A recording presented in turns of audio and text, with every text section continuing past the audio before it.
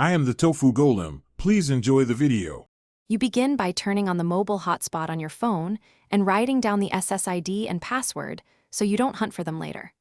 Once done, confirm cellular data is enabled and your plan allows tethering to avoid surprises.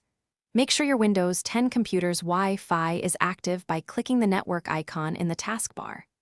This gets both devices ready and moves you immediately into the connection step without wasting time.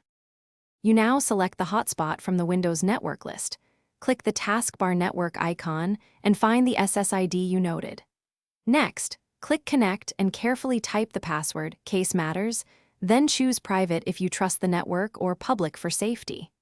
If Windows hangs or says not connected, toggle your PC's Wi-Fi off and on, and check the phone's broadcast visibility. These steps explain why each action fixes typical Once connected, verify internet access by loading a website or running ping 8. 8 to test DNS versus connectivity. If Wi-Fi is restricted, consider USB or Bluetooth tethering and enable internet connection sharing on your phone.